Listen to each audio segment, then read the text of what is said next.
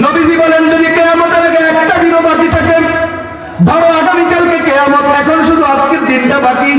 নবীজি বলেন যদি কিয়ামতের আগে একটা দিনও বাকি থাকে, আল্লাহ তাআলা ওই দিনটাকে এত লম্বা করে দিবেন। কত লম্বা? ব্যাখ্যায় পাওয়া যায় কমপক্ষে 7 বছর লম্বা করে দিবেন একদিনকে।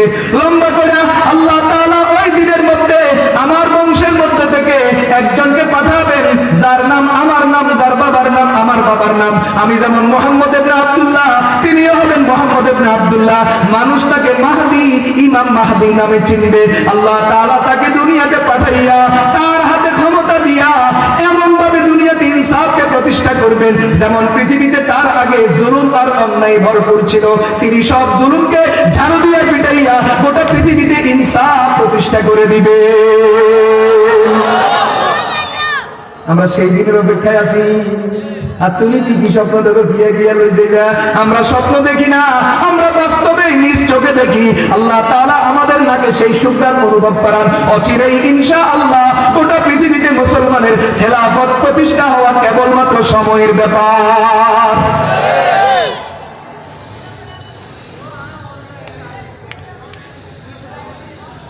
মুসলিম শরীফের হাদিস পাওয়া নবী সাল্লাল্লাহু আলাইহি ওয়াসাল্লাম কাইফা আনতুম ইজ নাযালা ফীকুম ঈসা ইবনে মারইয়াম ওয়া ইমামুকুম মিনকুম।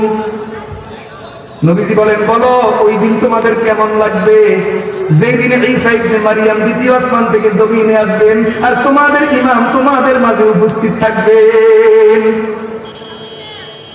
তোমাদের ইমাম মানে মাহদি তোমাদের মাঝে উপস্থিত থাকবেন, মানে সিরিয়ার রাজধানী দামেস্কের সাদা মিনারওয়ালা মসজিদ, দামেস্কের রাজধানী দামেস্কের উত্তর পূর্ব কোণায় সাদা মিনারওয়ালা মসজিদ। সময়টা হবে ফজরের সময়, ইকামতের আগ দিয়া।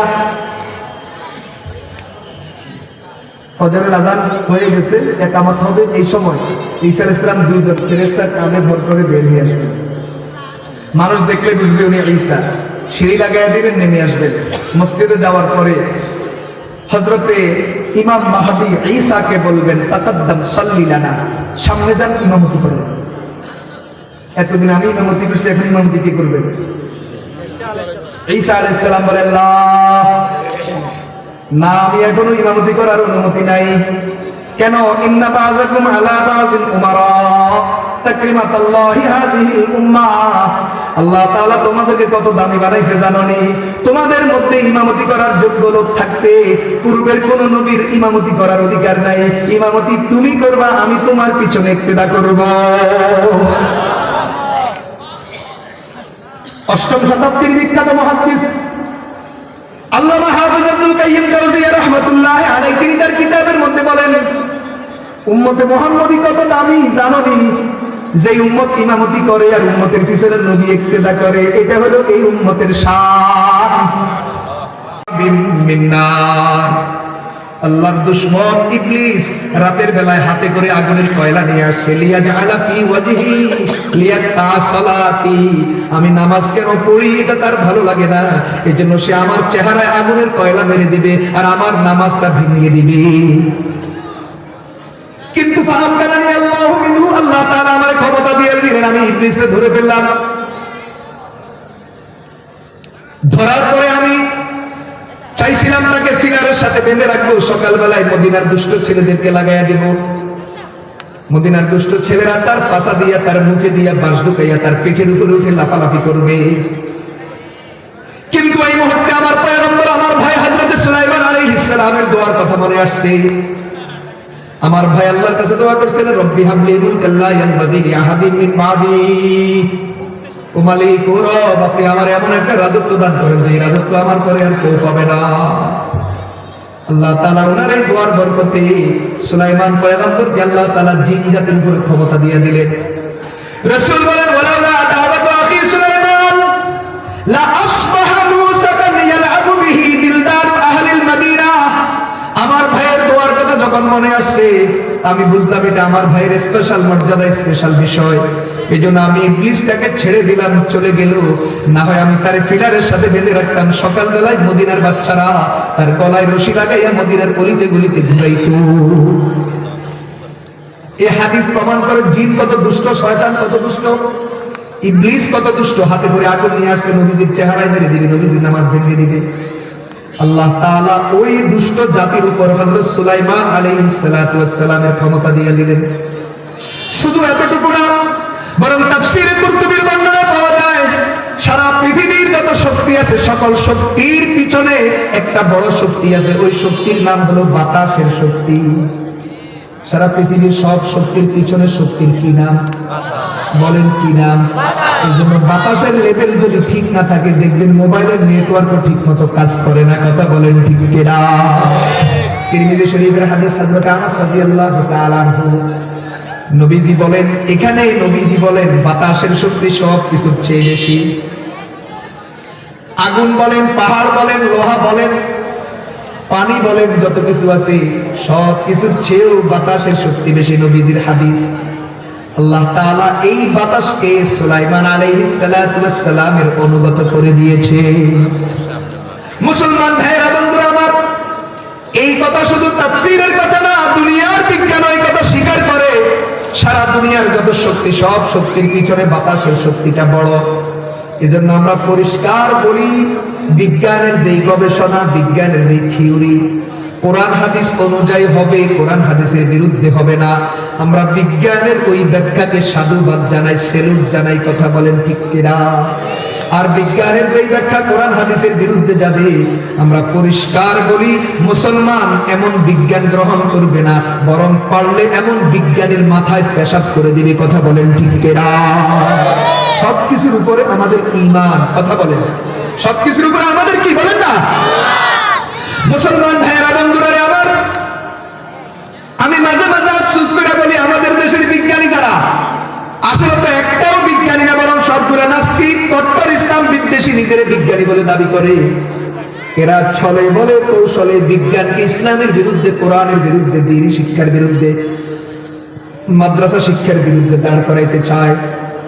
আমরা পরিষ্কার বলি, সত্যিকার বিজ্ঞান কখনো ইসলাম বিদ্বেষী হয় না, বরং সত্যিকার বিজ্ঞান ইসলামের খাদেম হয়। কথা বলেন ঠিক কিনা? আমি মাঝে মাঝে আফসোস করে বলি, আমেরিকার বিজ্ঞান বিমান বানায়, রাশিয়ার বিজ্ঞান রণতরী বানায়, আমেরিকার বিজ্ঞান AK-47 বানায়, পারমাণবিক বোমা বানায়, ফ্রান্স আর জার্মানির বিজ্ঞান BMW বানায়, RAP-4 বানায়।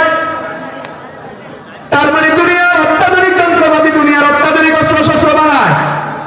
আর আমাদের বাংলাদেশের নাস্তিকের বাচ্চা খাড়াই মুতুন্না মুচ্ছা বিজ্ঞানীরা শরীফ থেকে শরীফার গল্প বানায়। কথা বলেন ঠিক কিনা? কি আজব ব্যাপার!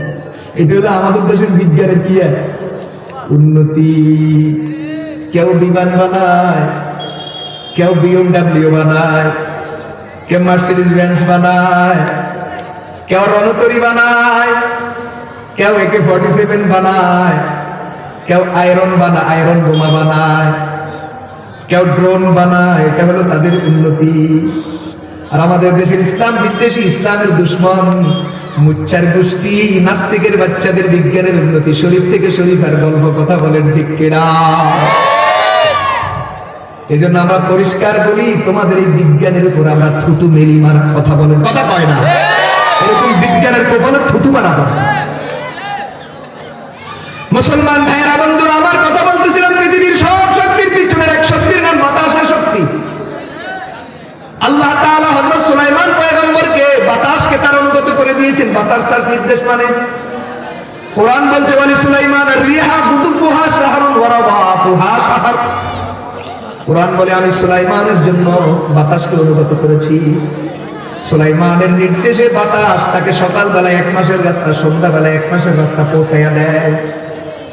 1 মাসের রাস্তা কিসের? তাফসীরে ইবনে কাসীরে লেখে, একটা ঘোড়া, দ্রুতগামী যুদ্ধের ঘোড়া 1 ঘন্টায় কতটুকু দৌড়ায়, একদিনে যতটুকু দৌড়ায়, 1 মাসে যতটুকু দৌড়ায়, সুলাইমানের নির্দেশে বাতাস তার সিংহাসনটাকে এক ঠেলায় 1 মাসের দূরত্বের রাস্তায় সকালে নিয়ে যায়, সন্ধ্যাবেলায় আবার 1 মাসের দূরত্বের রাস্তায় নিয়ে আসে। একটা ঘোড়া 70 থেকে 90 কিলোমিটার ঘন্টায় দৌড়াইতে পারে। বলেন, একটা ঘোড়া ঘন্টায় কতটুকু দৌড়াইতে পারে? 70 থেকে 90 কিলোমিটার। তো 24 ঘন্টা দৌড়াইলে কমপক্ষে 2000 কিলোমিটার, 1 মাস দৌড়াইলে কমপক্ষে 60,000 কিলোমিটার। তার মানে আল্লাহর কোরআন বলে সুলাইমানের নির্দেশ নির্দেশে বাতাস, তাই বিশাল সিংহাসনটাকে সকালবেলায় 60,000 কিলোমিটারের রাস্তা, সন্ধ্যাবেলায় 60,000 কিলোমিটারের রাস্তা অতিক্রম করায়া দেয়। কথা বলেন ঠিক না বেঠিক? আল্লাহ তাআলা এই ক্ষমতা সুলাইমান আলাইহিস সালামকে দিয়েছেন। সিংহাসনটা কেমন ছিল? তাফসীর ইবনে কাসীর লেখে সুলাইমান আলাইহিস সালামের সিংহাসনে 6 লক্ষ চেয়ার রাখার ব্যবস্থা ছিল। আমাদের এই যে স্টেজটা সাজাইছে, এখানে কয়টা রাখা যাবে? 20-25টা, কি বলেন? কিন্তু সুলাইমান আলাইহিস সালামের সিংহাসনে 6 লক্ষ চেয়ার। সামনের সারির 3 লক্ষ চেয়ারে ইমানদার সহযোগী যারা, ইমানদার মুমিন বান্দা যারা, তারা থাকতো। আর পিছনের সারিতে জিনদের মধ্যে মুমিন যারা, তারা থাকতো। মোট 6 লাখ তার সাথে সবসময় প্রস্তুত থাকতো। আর তিনি দুনিয়ার বাদশা হিসাবে তার প্রটোকলের জন্য, উপস্থিত জিহাদের জন্য যেই যেই অস্ত্রের প্রয়োজন, সকল অস্ত্রশস্ত্র সবসময় তার সিংহাসনে প্রস্তুত থাকতো। এবং তিনি যখন সিংহাসনে বসতেন, আল্লাহর নির্দেশে আসমানের পাখিগুলো এসে ডানা মেলে এইভাবে অবস্থান করতেন, তার মাথায় ছায়া দিতেন। আর সুলাইমান পয়গম্বর যখন বাতাসকে নির্দেশ দিতেন, 6 লক্ষ প্রটোকল সহ, সৈন্য সহ বাতাস তাকে এক ধাক্কায় 60,000 মাইলের রাস্তায় নিয়ে যেত। বুঝতেছেন কথা? এই ক্ষমতা তারিখে দিয়েছে আল্লাহ। এখন এখানে প্রশ্ন দাঁড়ায়, আমাদের দেশের মেম্বার হইলে কি গরম, ওয়ার্ড কমিটির সভাপতি কি গরম, প্রাইমারি স্কুলের ম্যানেজিং কমিটির সভাপতি হায়রে গরম, ওর ছেলে মেয়েও গরম, ওর বিবি বাচ্চাও গরম, ওর বাড়ির মাটিও গরম, সভাপতির বাড়ির মাটি হায়রে, ওর সামসাও গরম। ফকিন্নির বোলা স্যান্ডেল কিনার পয়সা নাই, পরনের লুঙ্গি ছেঁড়া, গায়ের জামা ছেঁড়া। যেদিন থেকে নেতার সামসামি শুরু করছে, পরের দিন থেকে বাড়িতে বিল্ডিং এর কাম করছে। বুঝে না কিছু? বাংলাদেশের নেতা হওয়া মানে নেতার চামচামি, নেতা হও অথবা নেতার চামচা হও, বাস তুমি আলাদিনের স্যারেক ভাইয়া গেছো। রাতারাতি তুমি চুরি ডাকাতি করি, দুর্নীতি করি, কোটি কোটি টাকা বানাইতে পারবে। কথা বলেন ঠিক কিনা? এই জন্য নেতা চোর, নেতার ড্রাইভার চোর, নেতার পিয়নও চোর, নেতার বাসার কাজের বুয়াও চোর, নেতার বাড়ির মাড়িও চোর, সবগুলা চোর। গেরগামির সাগবজির মোশেরাদি বাকুলাদ, গেরগামির সাগবজির মোশেরাদি বাকুলাদ, ই চুরি আরকান দৌলত মুলকেরা বীরা কুনাদ, ই চুরি আরকান দৌলত মুলকেরা বীরা কুনাদ। যেই ঘরের মালিক হলো বাঘ, কুকুর হলো কেয়ারটেকার, ইঁদুর হলো পাহারাদার, এই ঘরের কি পরিণতি বলেন? এই ঘরের পরিণতিটা কি? বাঘের অভ্যাস ধরো মারো খাও, কুকুরের অভ্যাস যেখানে যা পাও মুখ দাও, পায়টা না তারপরে মুখ দিছে, ওইটাতে কোন হালু আছে? কথা কয়। আর ইঁদুরের অভ্যাস যা পাও চুরি করো। মেরে দোস্ত, আল্লাহর আয়াত বলেন, যেই ঘরের মালিক বাঘ, কেয়ারটেকার, কুকুর, পাহারাদার, ইঁদুর, ওই ঘরের যেই পরিণতি, যেই দেশের উপরে চেয়ার থেকে নিচে চেয়ার পর্যন্ত যেটাই সুযোগ পায় ওইটাই চোর, ওই দেশের ভাগ্যেও সেই পরিণতি। কথা বলেন ঠিক না? হাই রে, নেতা গরম, নেতার চামচাও গরম। আর সুলাইমান আলাইহিস সালাম গোটা দুনিয়ার বাদশা, ওনার অবস্থা কি? তাফসীরে পরিষ্কার লেখে, আল্লাহ তাআলা তার যেই পরিমাণ ক্ষমতা দিছে, তার চেয়ে কোটি গুণ তিনি নরম ছিলেন। একটা উদাহরণ দিই, তাফসীর থেকে একটা উদাহরণ। সুলাইমান আলাইহিস সালাম একদিন, উনি অনেক ঘোড়ার মালিক ছিলেন, ঘোড়া। উনি উনার সেনাবাহিনীর নির্দেশ দিয়েছে, আমার ঘোড়াগুলো সব আমার দেখাও। কি ভাই, মালিক মাঝে মাঝে চাইতে যায় না? তো একটা একটা একটা একটা করে ঘোড়াগুলা দেখতেছে, ঠিক আছে সরাও, ঠিক আছে সরাও, একটা একটা করে দেখতেছে। দেখতে দেখতে আসর নামাজ কাজা হয়ে গেছে। সুবহানাল্লাহ। তাফসীরে লেখে, আল্লাহ তাআলা সর্বপ্রথম আসরের নামাজ এই দুনিয়াতে চালু করেছেন সুলাইমান পয়গম্বরের মাধ্যমে। যখন আসরের নামাজ কাজা হয়ে গেছে, সুলাইমান আলাইহিস সালাম যখন বুঝতে পারছেন, হায় ঘোড়ার মহাব্বতে আমি আজকে আসরের নামাজ কাজা করলাম, এই সবগুলো আনো। নির্দেশ দিয়ে দিলেন, প্রত্যেকটা ঘোড়াকে আল্লাহর রাস্তায় কুরবানি দিয়ে দাও। তাফসীর ইবনে কাসীর লেখে, সুলাইমান আলাইহিস সালাম নামাজ কাজা করেছেন ইচ্ছাই নয়, অনিচ্ছায় নামাজ কাজা করার পরেও আল্লাহর সন্তুষ্টির জন্য 20,000 ঘোড়া আল্লাহর রাস্তায় একসাথে কোরবানি করে দিয়েছে। কি মনে করেন? কি বুঝেন ভাইরা আমার? তাফসীরে রাখে সুলাইমান আলাইহিস সালাম যখন 6 লক্ষ বাহিনী নিয়ে বিশাল সিংহাসন নিয়ে যখন বাতাসের মাধ্যমে সফর করতেন, সুলাইমান পয়গম্বর মাথা নিচের দিকে ঝুঁকাইয়া রাখতেন, লজ্জায় মাথা উপরের দিকে তুলতেন না, আর মনে মনে বলতেন, আল্লাহ আমি তো এত কিছুর উপযুক্ত ছিলাম না, তুমি আমাকে এত সম্মান দিয়া দিলা। রব্বি আউজি'নি আন আশকুরা নি'মাতাকাল্লাতী আন'আমতা আলাইয়া। আল্লাহ তোমার কাছে যা চাইছি তুমি তার থেকে বেশি দিয়েছো, এখন তুমি আমারে দয়া করে তোমার নেয়ামতের শুকরিয়া জানানোর ভাষাটা শিক্ষা দিয়া দাও। তোমার নেয়ামতের শুকরিয়া জানানোর ভাষা তো আমার জানা নাই। সুলাইমান পয়গম্বর সারা দুনিয়ার বাদশা কি পরিমাণ বিনয় তার মধ্যে। আর আমাদের দেশে আমরা একসময় দেখতাম সোরার ঘরে সোরারা ত্রাণের টিন চুরি করে, ত্রাণের সাইল চুরি করে, বন্যার রিলিফ চুরি করে, রাস্তার বাজেট চুরি করে, স্কুলের বাজেট চুরি করে। এত চুরি করার পরেও যখন জনগণের সামনে আসে তখন দেখছেন, হ্যাঁ মঞ্চের কি জানেন? তার মানে এই কি দিছি আরো নেব, রেডি থাকে।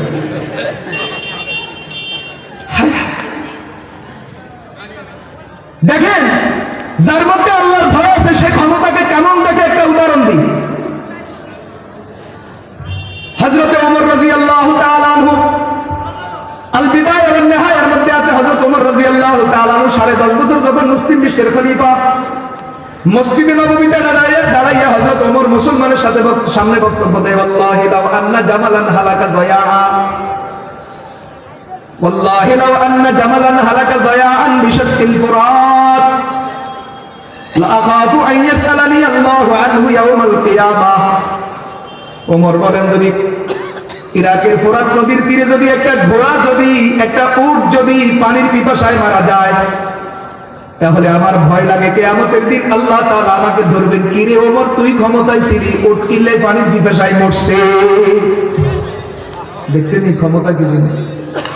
হ্যাঁ, এটা উট মরলে আল্লাহ আমার ধরবে যে তুই ক্ষমতায় ছিলি, উট কিল্লাই মরলো, তুই কইছিলি। অথচ মদিনা থেকে ফোরাত নদীর দূরত্ব 1550 মাইল। আরেকটা উদাহরণ দিই, মুসলিম শরীফের হাদিস। মুসা আলাইহিস সালামকে একদিন পিঁপড়ায় কামড় দিয়েছে, পিঁপড়ায়, মুসলিম শরীফে আছে, গল্প না নবীজির হাদিস। মুসা আলাইহিস সালাম খুব মেজাজি মানুষ ছিলেন, সারাদিন সফর করলাম, জিহাদ করলাম, এখন একটু ঘুমাইতে আসছে, তুই দিছো তো আমার ডিস্টার্ব। সেনাবাহিনীর নির্দেশ দিয়ে তাড়াতাড়ি আমার গাড়ি সরা, আগুন দিয়ে জ্বালাইবে, দিছে জ্বালাই। ঘটনা কি হয়েছে? ফাআওহাল্লাহু ইলাইহি ফাহাল্লা নামলাতান ওয়াহিদা। আল্লাহ তাআলার সাথে সাথে মুসা আলাইহিস সালামকে ধমক দিয়া বলেন, ও মুসা মেজাজ তো গরম কা, মারলে তুমি একটারে মারতা, যেটা কামড় দিছে এটারে মারতা, মারছো, কামড় দিছে একটাই, কিন্তু তুমি সবগুলারে জ্বালাইয়া দিছো, কারণ কি? এরপরে আল্লাহ তাআলা বলেন, আহারাক্তা উম্মাতাম মিনাল উমামি তুসাব্বিহ, তুমি আমার এমন এক মাখলুককে মারছো যে মাখলুক সব সময় আমার জিকিরের মধ্যে লিপ্ত থাকে। তাফসীরে লেখে আল্লাহ তাআলা এখানে মুসা আলাইহিস সালামের উপর এত রাগ করছেন, মনে হয় যেন নবুয়ত কারি হয়ে যাবে, অথচ মারছে কি? আরে পিঁপড়া বাচ্চার আল্লাহ নবুয়ত ধরে টান মারছে, আর আপনি মানুষ মারবেন, আল্লাহ আপনার ক্ষমতা শেয়ার করে টান মারানো, লাঠি মারি হাওয়ায় দরকার ছিল, কথা কয় না। এজন্য তো আল্লাহ তাআলা সিরিয়ার বাশার আল আসাদের লাঠি মারছে। 24 বছর ক্ষমতায় থাকা 5,80,000 বেঈমান না, 5,80,000 সিরিয়ার মুসলমান নবীর উম্মতকে মারছে 24 বছর। অথচ সিরিয়ার মুসলমান কেমন দামি? নবীজি বলছেন পরিষ্কার, তিরমিজির হাদিস, সারা দুনিয়ার মুসলমানের চেয়ে সিরিয়ার মুসলমানের দাম আল্লাহর কাছে বেশি। নবীজি বলছেন, ওয়ালাউলাল খায়রা ফিশ শাম ফালা খায়রা ফিকুম, যদি শামের মুসলমানের মধ্যে যদি ভালাই না থাকে, ঈমান না থাকে, তাহলে তোমাদের মধ্যে কোনো ঈমান নাই। সিরিয়ার মুসলমানের ঈমান সবার আগে।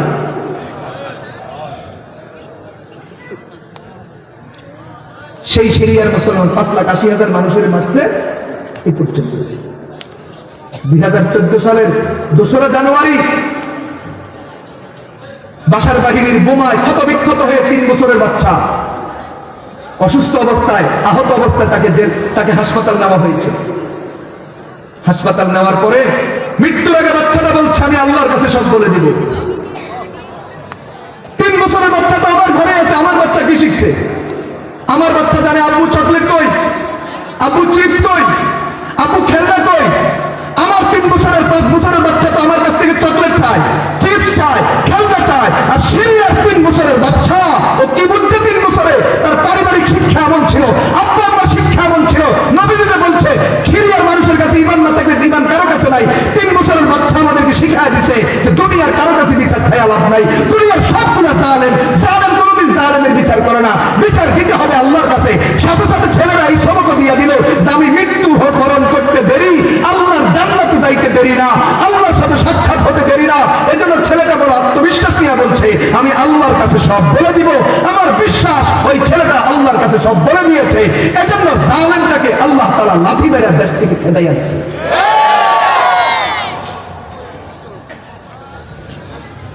5,80,000 নবীর উম্মতের শহীদ করছে এই সিরিয়ার জমিনে। হাদিসের ভাষায় শাম বলে, শাম পবিত্র জমিন শাম। এখন বর্তমানে এটা 4টা দেশ হয়ে গেছে ভাগ হইয়া। আমাদের যেমন এই ভারতবর্ষ ভাগ হয়েছে, বাংলাদেশ, ভারত, পাকিস্তান কত ভাগ হয়েছে এরকম। হাদিসের ভাষায় ছিল শাম, এটা এখন 4 ভাগ। সিরিয়া, লেবানন, জর্দান, ফিলিস্তিন। আর ইসরায়েল পৃথিবীর মানচিত্রের যার সন্তানের নাম হলো ইসরায়েল। ইসরায়েল গুলো বৈধ সন্তান না। পৃথিবীর মানচিত্রের আমাদের দেশে কিছু মেয়ে আছে, বিয়ের আগে বা বিয়ের পরে নিজের স্বামী ছাড়া পরপুরুষের সাথে জানাবে বিচার করে যার সন্তান জন্ম দেয়। ঠিক দুর্ভাগ্য এই পৃথিবীর মানচিত্রের জন্য। পৃথিবীর মানচিত্রের একমাত্র যার সন্তানের নাম হলো ইসরায়েল। কথা বলে ঠিক না? এই 4টা দেশ হলো শাম। নবীজি পরিষ্কার বলছেন কিয়ামতের আগে এই উম্মতের সর্বশেষ খেলাফতের সূর্য উদয় হবে এই শামের জমিন থেকে। قال النبي صلى الله عليه وسلم سيكون الأمر إلى أن تكونوا جنودا مجندة جند بالشام وجند باليمن وجند بالعراق। নবীজি বলেন অচিরেই আমার উম্মত কিয়ামতের আগে 3 দলে বিভক্ত হয়ে যাবে। একদল থাকবে শামে, আরেক দল থাকবে ইয়ামানে, আরেক দল থাকবে ইরাকে।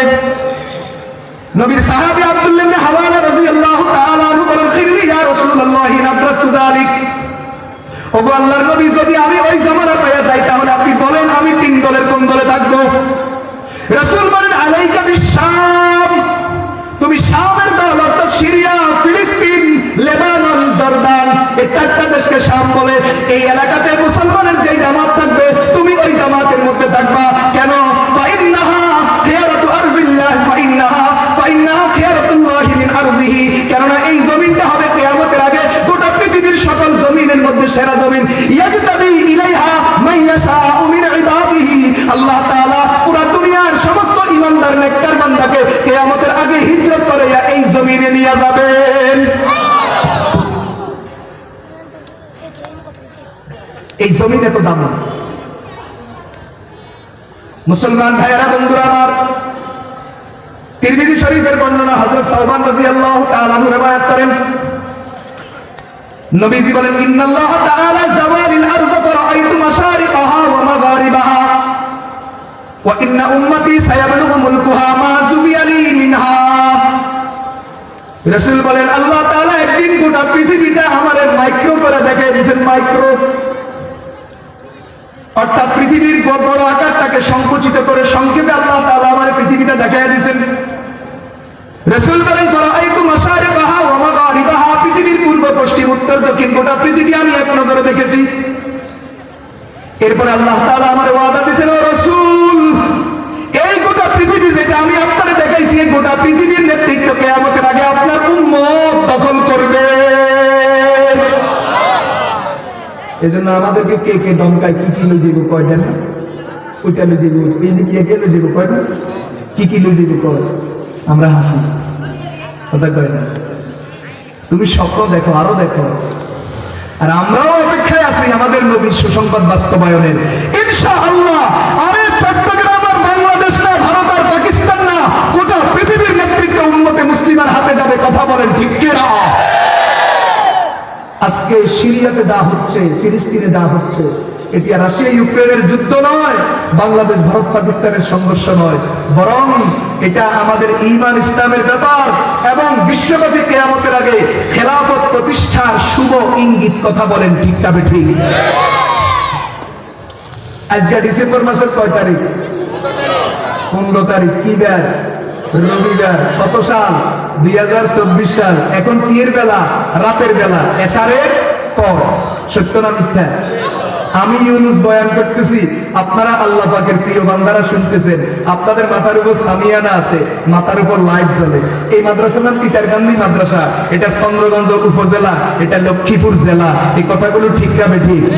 এর চেয়েও কোটি গুণ সত্য জনাবে মুহাম্মদুর রাসূলুল্লাহ সাল্লাল্লাহু আলাইহি ওয়াসাল্লামের পবিত্র ঘোষণা এবং ভবিষ্যৎবাণী। মেরে দোস্ত, আমাদের উলামায়ে কেরাম, আমাদের বুজুর্গানে দিন ইচ্ছা করে মিথ্যা বলেন না, কিন্তু বেখিয়ালে অনিচ্ছায় স্লিপ অফ টাং, মাঝে মাঝে এক দুইটা মিথ্যা কথা মুখ দিয়ে বের হয়ে যেতে পারে, অসম্ভব না।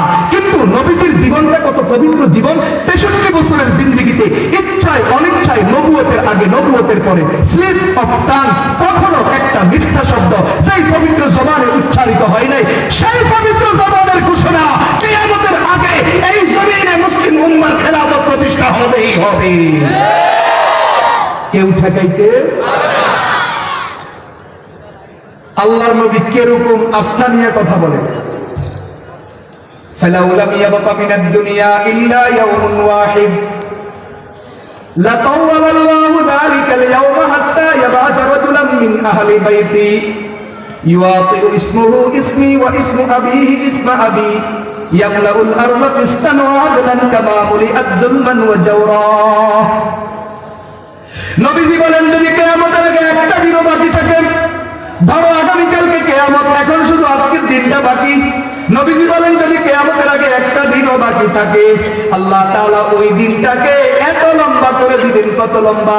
ব্যাখ্যায় পাওয়া যায় কমপক্ষে 7 বছর লম্বা করে দিবেন। একদিনকে লম্বা করে আল্লাহ তাআলা ওই দিনের মধ্যে আমার বংশের মধ্যে থেকে একজনকে পাঠাবেন, যার নাম আমার নাম, যার বাবার নাম আমার বাবার নাম। আমি যেমন মুহাম্মদ ইবনে আব্দুল্লাহ, তিনিও হবেন মুহাম্মদ ইবনে আব্দুল্লাহ। মানুষ তাকে মাহদি, ইমাম মাহদি নামে চিনবে। আল্লাহ তাআলা তাকে দুনিয়াতে পাঠাইয়া তার হাতে ক্ষমতা দিয়া এমন ভাবে দুনিয়াতে ইনসাফকে প্রতিষ্ঠা করবেন, যেমন পৃথিবীতে তার আগে জুলুম আর অন্যায় ভরপুর ছিল। তিনি সব জুলুমকে ঝাড়ু দিয়ে পিটাইয়া গোটা পৃথিবীতে ইনসাফ প্রতিষ্ঠা করে দিবে। আমরা সেই দিনের অপেক্ষায় আছি। আর তুমি কি স্বপ্ন দেখো? গিয়া গিয়া লই যাইবা। আমরা স্বপ্ন দেখি না, আমরা বাস্তবে নিজ চোখে দেখি। আল্লাহ তাআলা আমাদের নাকে সেই সুখদান অনুভব করান। অচিরেই ইনশাআল্লাহ গোটা পৃথিবীতে মুসলমানের খেলাফত প্রতিষ্ঠা হওয়া কেবলমাত্র সময়ের ব্যাপার।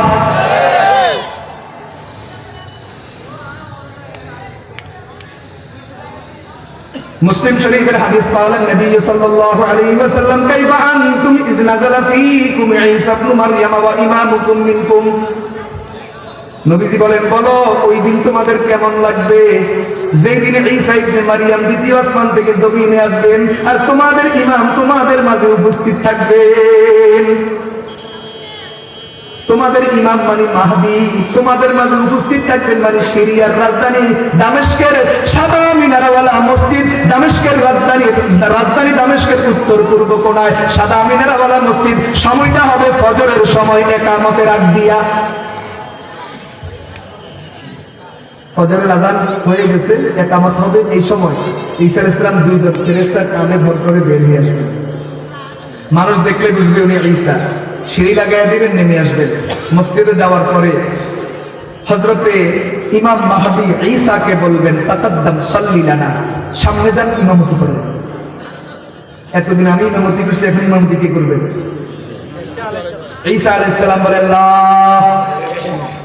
না, আমি এখনো ইমামতি করার অনুমতি নাই। কেন? ইন্না বাযাকুম আলা বাযিন উমারা তাকরিমাতাল্লাহি হাযিহিল উম্মাহ। আল্লাহ তাআলা তোমাদেরকে কত দামি বানাইছে জানোনি? তোমাদের মধ্যে ইমামতি করার যোগ্য লোক থাকতে পূর্বের কোন নবীর ইমামতি করার অধিকার নাই। ইমামতি তুমি করবা, আমি তোমার পিছনে ইক্তেদা করব। অষ্টম শতাব্দীর বিখ্যাত মুহাদ্দিস আল্লামা হাফেজ আব্দুল কাইয়্যিম জাওজিয়া রাহমাতুল্লাহ আলাইহি তিনি তার কিতাবের মধ্যে বলেন, উম্মতে মুহাম্মদী কত দামি জানোনি? যে উম্মত ইমামতি করে আর উম্মতের পিছনে নবী ইক্তেদা করে, এটা হলো এই উম্মতের শান। কিয়ামতের আগে আল্লাহ তাআলা ওই সিরিয়ার মসজিদে ইমামতির ব্যবস্থা করে দিবেন। ইমাম মাহদী ইমামতি করবেন, ঈসা আলাইহিস সালাম তার পিছনে ইক্তেদা করবেন। মুসলমান ভাইরা আমার, এই মসজিদ আজ থেকে 700 বছর আগে নির্মাণ হইয়া হযরত ঈসা পয়গম্বরকে স্বাগতম জানানোর জন্য প্রস্তুত। এই জন্য দেখবেন আমাদের চ্যানেলগুলো তো এখন এটা প্রচার করা শুরু হয়ে গেছে। সময় বেশি নাই, সময় বেশি নাই। ইহুদিরা বাশার আল আসাদকে জনগণ খেদানোর পরে এখন ইসরায়েল সুযোগ পাইছে, বিনিয়ামিন নেতানিয়াহু সুযোগ পাইছে, সিরিয়াতে আক্রমণ করি করি এক একটা এলাকা দখল করতেছে। ও মনে করে বাস কেল্লা ফতে হইয়া গেল, আমরা সব নিয়ে নিলাম, আমরা দখল করে ফেললাম, মুসলমানের দেশ আমাদের দখলে এসে গেছে। না, নবীজির হাদিস বলে তোমার কবর রচনার জন্য তুমি নিজে আগাইতেছো। কথা বলেন ঠিক কিনা? হাদিসের ভাষায় বাবুল লুব, একটা গেট। এই জায়গাতে হযরত ঈসা আলাইহিস সালাম দাজ্জালকে হত্যা করবেন। ইহুদিরা বিশ্বাস করে দাজ্জাল তাদের ত্রাণকর্তা, দাজ্জাল আসলে তাদের গোটা পৃথিবীতে ক্ষমতা প্রতিষ্ঠা হবে। এজন্য ইহুদিরা দাজ্জালকে স্বাগতম জানানোর জন্য প্রস্তুত। তারা দাজ্জালকে স্বাগতম জানানোর জন্য ইসরায়েলের রাজধানী তেল আবিব থেকে 15 কিলোমিটার উত্তরে আজ থেকে 2 বছর আগে সাদা গেট বানায় রাখছে, যেটা হাদিসের ভাষায় বাবুল লুদ। এরা এই গেট দিয়ে দাজ্জালকে স্বাগতম জানাইবে। অথচ আল্লাহর নবী বলে ঈসা আলাইহিস সালাম এই গেটের নিচে দাজ্জালকে জবাই করবে। এইজন্য আমরা বলি দেখা যাইব কারমা আছে কারমা নাই। তোমরা গেট বানাইছো দাজ্জালকে স্বাগতম জানাইবে, আমরা কই ভালো হইছে। এই গেটের নিচেই আল্লাহ তাআলার নির্দেশে ঈসা আলাইহিস সালাম দাজ্জালকে জবাই করবে। এজন্য ইহুদিরা গত অক্টোবরে তারা আমেরিকার মেক্সিকো থেকে 5টা লাল গরু নিয়ে আসছে। লাল গরু জবাই করবে, আগুনে পোড়াবে, এটার ছাই দিয়া তারা পবিত্র হবে, গায়ে মাখবে। এরপর তারা বাইতুল মুকাদ্দাস 3rd টেম্পল নির্মাণ করবে, দাজ্জাল এসে যাবে, বাস তাদের ক্ষমতা প্রতিষ্ঠা হয়ে যাবে। ফিলিস্তিনের মুসলমান কয় এতদিন তোকে মার খেয়েছি, আজকে জাম জাকাত থাক, তো গরিটা করতাম দিতেন না। দেশে আক্রমণ চালায়, শুরু হয়ে গেছে যুদ্ধ। গত অক্টোবর থেকে অক্টোবর পর্যন্ত 45,000 ফিলিস্তিনি নারী আর শিশু শহীদ হয়েছে, কিন্তু তারা এখনো পিছপা হয় নাই। ইহুদিদের ষড়যন্ত্রকে রুখে দিয়েছে, বাইতুল মুকাদ্দাসকে ইহুদিদের হাত থেকে রক্ষা করেছে, তাদের নাপাক হাত বাইতুল মুকাদ্দাসে লাগতে দেয় নাই। মুসলমান এটাই হলো তাদের ঈমানের দাবি। জীবন দিবে, যৌবন দিবে, বিবিকে বিধবা করবে, সন্তানকে এতিম করবে, তারপরে আল্লাহর দ্বীনের ইজ্জত নষ্ট হতে দিবে না। ঠিক না বেঠিক? সুলাইমান আলাইহিস সালাতু ওয়াস সালামের ব্যাপারে আল্লাহ তাআলা আয়াতে বলেন, ওয়ালি সুলাইমান আর-রিহা আসিফা। আল্লাহ তাআলা বলেন আমি সুলাইমান পয়গম্বরের জন্য প্রবল বাতাস, এই বাতাসটাকে আমি তার অনুগত করে দিলাম। তাজরি বিআমরিহি, বাতাস তার নির্দেশে চলে, বাতাস তার নির্দেশে নিয়ে যায়। ইলাল আরজিল্লাতি বারাকনা ফিহা, ওই জমিনে যেই জমিনে আমি বরকত রাখছি। ওয়া কুননা বিকুল্লি শাইইন আলিমিন, আমি সব বিষয় জানি। কোরআনে কারিমে আল্লাহ তাআলা শামের নাম উল্লেখ করেন, কিন্তু নাম উল্লেখ করা না ছাড়া ইঙ্গিতে 12টা আয়াতের মধ্যে শামের আলোচনা করেছেন। তার মধ্যে 5 আয়াতে আলোচনা করেছেন শামের জমিনে আমি বরকতের ফয়সালা করে রাখছি। বরকতের ফয়সালা হবে না কেন? কোরআনে কারিমে 25 জন নবীর নাম আছে, 25 জনের মধ্যে 12 জনের জন্মস্থান এই শামের জমিন। অতএব এই জমিন নিয়ে সুদূর বুদুর করি লাভ নাই, দখল করতেছ আরো করো, তোমাদের কবর খোঁড়ার সময় হয়েছে। কথা বলেন ঠিক কিনা? লা তাকুমুস সাআ হাত্তা ইয়াকতুল মুসলিমুনা আল-ইয়াহুদ, কিয়ামত ততদিন হবে না যতদিন মুসলমানরা ইহুদিদেরকে হত্যা না করবে। ওয়া হাত্তা ইয়াতাবিআল ইয়াহুদিয়্যু বিওয়ারাইশ শাজারি ওয়াল হাজার, ইহুদিরা মুসলমানের হাত থেকে বাঁচার জন্য পেয়ারের পিছনে, পাহাড়ের পিছনে, পাথরের পিছনে লুকাবে। ফায়াকুলু শাজার ওয়াল হাজার, গাছ কথা বলবে, পাহাড় কথা বলবে, ইয়া মুসলিম, ও মুসলমান, তাআল এদিকে আসো, হাযা ইয়াহুদিয়ুন খালফি, আমার পিছনে কি ইহুদি পালাইছে, খুজু দর ফাকতুলু জবাই কর। সুবহানাল্লাহ। এখানে সর্বশেষ একটা লজিক বলে যায়, সময় নেই আমার হাতে। বর্তমান পৃথিবীতে ইহুদি আছে 1,40,00,000। এর মধ্যে প্রায় ৮০ লাখ ইহুদি ইসরায়েলে আছে, বাকি ৬০ লাখ ইহুদি এরা আমেরিকা সহ সারা দুনিয়াতে ছড়াই আছে। তো আল্লাহ তাআলা কিয়ামতের আগে দিয়ে হেতাকে শক্তি একটু বাড়াই দিলে হেতারা বেকুল শক্তির ঠেলা এক জায়গাতে একই যাবে। এই একই গেলে এরপরে আল্লাহ তাআলা মাহদী এবং ঈসাকে বাড়াইয়া সবগুলোর সামনে দিবে। তো এখন আল্লাহ তাআলা এটাকে সুযোগ দিয়েছে, ফিলিস্তিন দখল করে, সিরিয়া দখল করে, হেতারা খুশি, গজব দখল করিয়ে আমরাও খুশি।